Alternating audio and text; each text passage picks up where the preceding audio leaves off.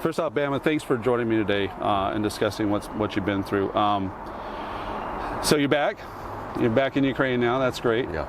Tell me how important it is that you're back after what you've been through. It's especially important to me. You know, I mean, there's so many factors, but I think it's really that this war's been going on for over 520 days, and it needs to stop. And the treatment I've received from the Ukrainian people, the love, the generosity, the support that they gave, like I feel part Ukrainian now. This is my country too, and so you know I want to do everything that I can to end this war. And you know, as unfortunate as my experiences were, it has given me a unique platform that I really want to use for good. I realize that there's some power behind my experiences that I can use to help Ukraine. And because you were held in captivity for 104 days, you were tortured by the Russians. You have no ambiguity of what they're made of, what they will do. What is it you think Americans might not still get, even if they're supporting Ukraine? You know, what are they to be made clear about? That's something I bring up a lot because, you know, I've heard in the States, oh, well, that's propaganda, or that's a deep fake, or they made that video up. The Russians really aren't doing that. That wasn't a mass grave. There's a lot of war fatigue going on, and with that comes some war denial. And so, you know, I want to say to anybody, if you have doubts about how brutal the Russians are, how evil they are, just come talk to me. I'm living proof of some of the horrible things that they do to people. So you mentioned war fatigue. Are you seeing, when you went back home, do you see Americans, you know, like turning back into the local problems and the national problems? I think so. I mean, we have a short attention span to begin with, and I saw this happen during Iraq, where people just get tired of war, you know, and I understand that. I mean, the Ukrainians are pretty tired of war too. And I understand we have our own domestic issues and problems back home that we need to take care of, but people need to realize this is a worldwide issue. This is a bigger issue. If Putin is not stopped here and turned back, he's not going to be satisfied. He's going to go for the Baltic states, Moldova, then Poland, then NATO's involved. Like, we have to stop it here. Yeah. And the answer for war fatigue, if you are getting tired of sending material and money and support and all this stuff to Ukraine, the answer is to send it now. Absolutely everything they need. The tanks, the F-16s, the ATACMS, the HIMARS, everything they need, because they are using our weapons and our money and our equipment very effectively, very efficiently. They're doing battleground testing for us that we aren't even getting to do. When this war's over, they're going to train us on our weapon systems. And in many capacities, they are the most trained army. They have the most experience fighting the Russians real time. Exactly, yeah, real time, real world experience, and that's going to be beneficial to us. I really think when this war's over, they need to be accepted into NATO. They're going to be a very, very valuable NATO partner, and they've proven that they can win this war if we give them the tools to do so. Yeah. So we need to stop dragging our feet on giving them the tools. If you don't mind, let's walk through, just for the viewers. There's a lot of what you've said is on plenty of interviews, especially certain details that we don't have to talk about here. But I am curious, just for the timeline. So you arrived last year in April, and you wound up being captured on June 9th. Correct. Just tell me about basically about the time when you got captured. How you were near you were north of Kharkiv. And so what happened in that situation? We were a drone reconnaissance unit, and so there was just a team of 8 of us that had gone out. We were supposed to, you know, send up drones, spot artillery positions, and relay that back to the Ukrainians so they could hit those artillery positions. Right. Unfortunately, we were a little bit delayed on our departure time, so by the time we arrived at our site, there was already a firefight in process right where we were. You know, the fog of war is a real thing, and the team got a little bit split up, and some of us kind of stayed back to try and find some missing guys, and then we got split up even further, and we discovered after we got back that the 8 of us, and then at that point the 3 of us, were facing an entire mechanized battalion of Russians with 80 armored vehicles, a few hundred troops, all that kind of stuff. So we were a little bit outnumbered, and the separation didn't help. And you know, Andy and I were pretty new to the team. We had driven an hour from base to hit this spot. So we tried for. Well, I mean, we had to hunker down till the firefight stopped. That was about 2 hours, and then we spent roughly 8 hours trying to hike our way through the thick woods and make our way back to base. But we ended up getting outmaneuvered by a Russian platoon, and they captured us. Wow. So also, SOP might be a little different in certain, you know, non-official groups and teams. You were deployed with one such group, and I remember reading that there was that someone that should have been there abandoned the team. Is that what I read in I think it was Washington Post and some other. We like I said, we were vastly outnumbered, and it was a very scary situation to be in. So the team basically scattered in a way that. In a way, we had put up the drones, and we realized we were about to be surrounded on 3 sides, which staying in that environment, as one guy said, it's suicide, and in a lot of ways it was. But we're taught in the U.S. military, never leave a man behind. Yeah, that's why I'm asking. Yeah. So we had 2 guys that. The unit was really big on taking your own initiative, and based on what was happening, they had moved from their positions, and the team leader could not find them. So Andy and I and the team leader stayed back to find those guys. And how many were round up with you? I mean, I know it was you and Andy, but how many did they capture in total? That was it. Just That's us. it. Wow. Yeah. Very unfortunate, and I'm glad you guys are not only safe, but you've been home, repatriated, and now you're back. There's a lot of what happened to you was covered, but there are a few angles I'm kind of curious about when it comes to the big picture of where we're at. What do you think they were really obsessed with hearing out of you? What is it that the Russians needed you most to say? That we were CIA. That you were saying, that's what they wanted. Number one target. That was number one, yeah. Number one target is always that the CIA sent us, that they had paid our way, that the U.S. government was directly involved, and we were CIA. Wow. Yeah. And as far as narratives about like weapons or not, I noticed in the forced interviews that you had, and we'll go over like whether it was and wasn't. It's pretty easy to say they were, but there was, hey, don't bother coming, some of those narratives, right? Right. I mean, yeah, that was definitely forced on me, or sometimes I had to just say what they wanted to hear. Within limitations, you can't resist all the time. You have to give them something. So if you give them enough small things, then you can keep back the big things. Yeah. But yeah, I mean, that was one thing that, I mean, honestly, because I was in the Legion so early on, it was a bit of a Wild West situation, and we did find that there were some guys that didn't need to be here. Right. We found ways to put them in roles where they wouldn't get other people killed or in trouble, right. Or we tried to get them home if we could.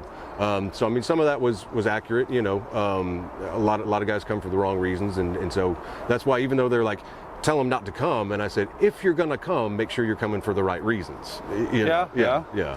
Would you say, after all that you've experienced, you would probably have the same message? Or do you think it's still an issue, and is there a warning you would give to the glory chasers or someone who's trying to find their life in that type of bit? Definitely. I mean, if people come here for the wrong reasons, they hurt the war effort overall, because it takes us a while to vet them and to realize that, maybe they're just here for stories, or maybe they're here for the glory, or maybe they're here because they just want to kill people legally. There are a lot of wrong reasons to be over here, and it hinders those of us that are here for the right reasons, which is to save Ukraine, save democracy, save the free world. That's what this war is about. Right. And also there was the fact that there was a Westerner that was used, an American guy used to be like the official beard of journalism, talking to you. Is it true that you reached out to him, or was that arranged by someone else? It was forced by the gentlemen who introduced themselves as my lawyers. Right. But were obviously MGB and FSB. They said that, we know this guy, we've worked with him before, we want you to call him and tell him your story. And when the phone rang and he picked up, he just launched into this thing like, hey, I've got this idea that I'm going to trade you for this. And I was like, do you even know? Trading you for Julian Assange part Julian stood out. Assange, Like, all exactly. the people, right. well, but he's not important, but he is important. But, well, maybe him, well, maybe. Right. But the thing was, it was because he thought I was Aiden Aslan, because they had used that same phone to call for Aiden to reach out to him. So when he saw the caller ID, he thought it was Aiden. And then I'm like, now I understand one of his comments where he goes, oh, I'm talking to this other fighter I've heard of. Exactly. Okay, very interesting. Yeah. So, if I can curse, he's a piece of shit. He's a traitor. Oh, by all means, actually editorialize. What do you think of an American who does that? I think that's absolutely horrible. And the fact that he still lives in America. If you love Russia that much, go live in fucking Russia. Yeah. If you want to support Russia, be Russian. Don't be doing that out in New York City. Yeah. And don't be faking that you're working for some greater good by doing that. No, you're a horrible person, because you know what they're doing to us. You know what they're doing to me and Aiden. Yeah. And yeah. Let's talk about not what happened to you in specific. I think that's been covered, and we'll write about that in the article because you've covered it. But talk about the evidence of war crimes Americans and other people need to understand, so that we're very clear about what the Russians did and why accountability matters. I think that goes back to what I said before, that if you see these murdered civilians and mass graves and all this stuff on the TV and you don't believe it, I'm telling you, it is real. It is true. The Russians are actually doing these things, and they definitely need to be held accountable. I mean, even when our torture stopped, the war crime stopped, we were still every single human rights violation that can exist. They were doing that to us. It was incredibly poor diet, dirty water. The Red Cross was not allowed to access us. Right. Everything that they could do to just dehumanize us was done. Again, I'm living proof of some of the things they're doing. And if you don't believe me, come talk to me. Did they do? I know in some other situations, and I know it happened here in the last year. The mock execution routine. Mm-hmm. Did they, the dry chambering or any of those things? They do that stuff several times. Yeah. Were they doing it to more than you and Andy as it sort of SOP with that? It was the best of your understanding. Yeah, I mean, it was primarily, most of the time when it happened, it was that first 24 hours at the soldier camp, and it was when the higher ranking officers showed up. Honestly, by and large, the privates out there, it was kind of soldiers treating soldiers like soldiers. They were just following orders. If they smoked a cigarette, they're like, you know what, I bet you that guy would like a cigarette, and they'd give me one. Right.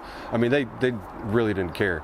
But when the officers came by, every time it was on your knees, blindfolds, gun to your head, all that kind of stuff. And then during the interrogations in the week in Russia, there was some of that too. Guns cocked and put to my knee and put to Andy's head, stuff like that.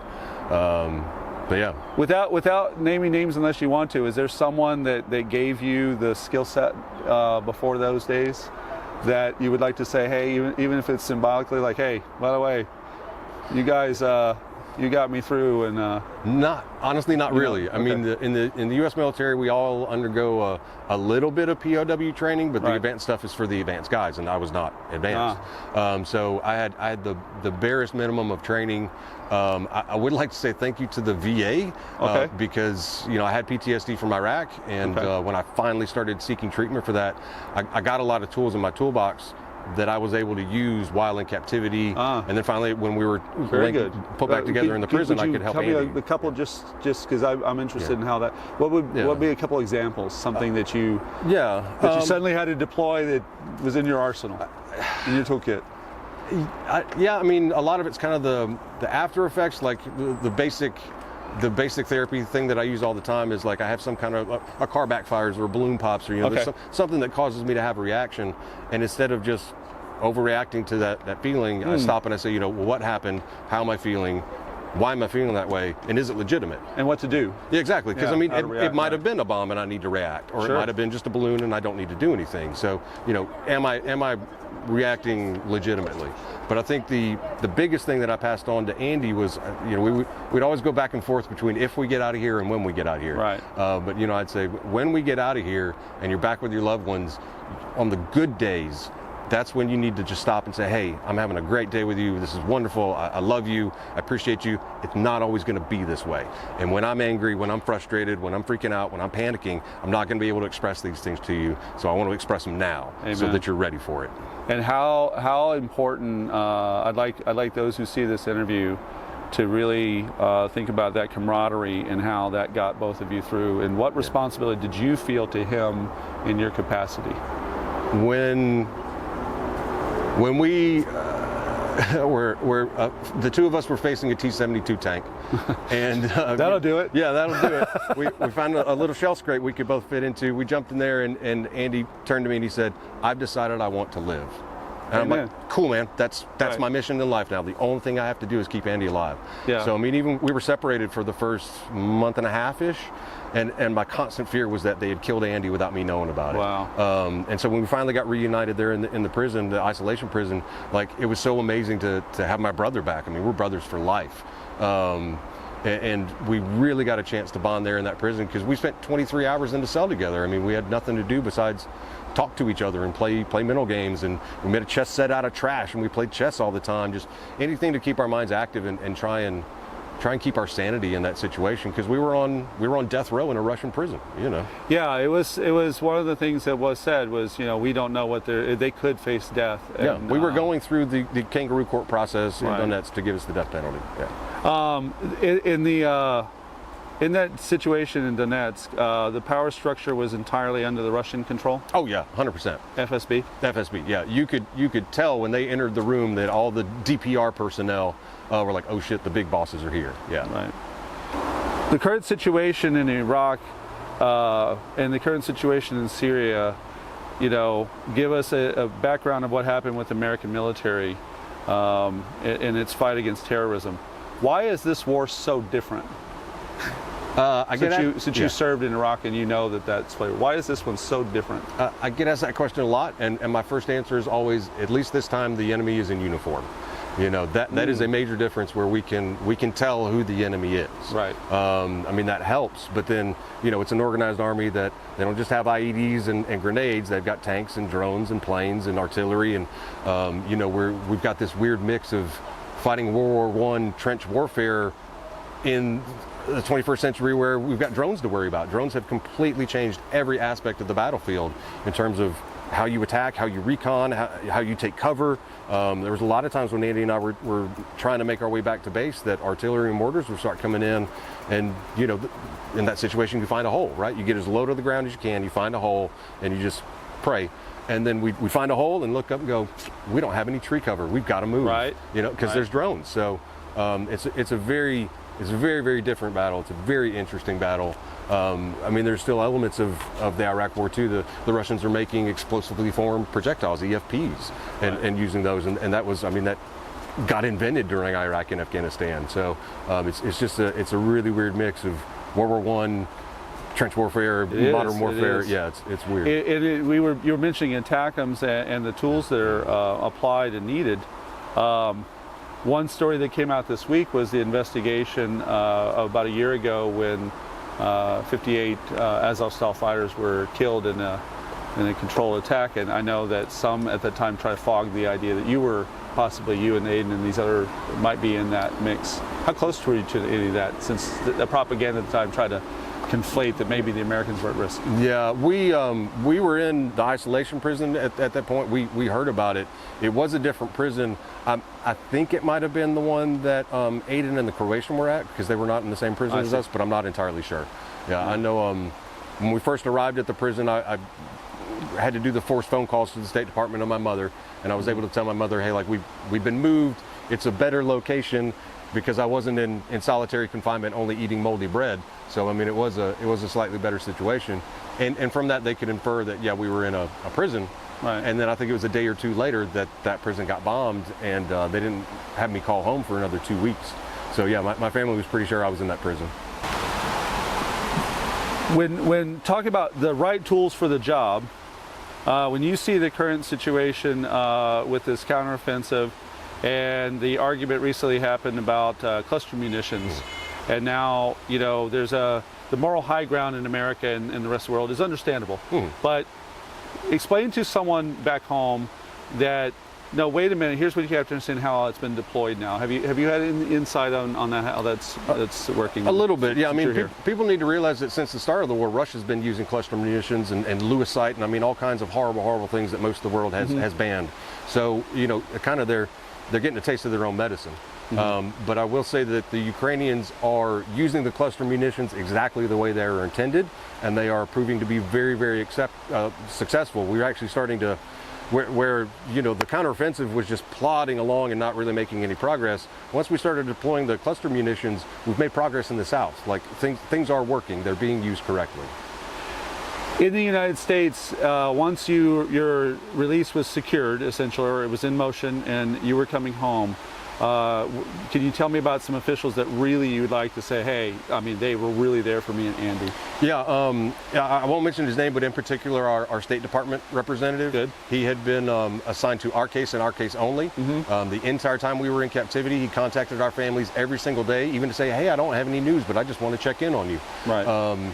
I can say that the U.S. government, not being an active participant in this war, they were very limited on what they could do, but everything that they could do, they did.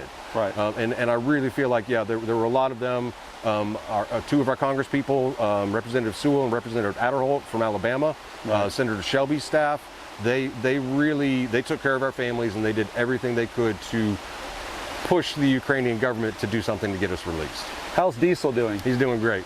I mean, he's probably very upset that I'm over here. I'm sure he's missing me, but he loves his grandma, so she takes good care of him. Well, the rain's trying to come down, so we're gonna wrap on that. But yeah, hey, awesome. man, big love to you. Yeah, thanks for the opportunity.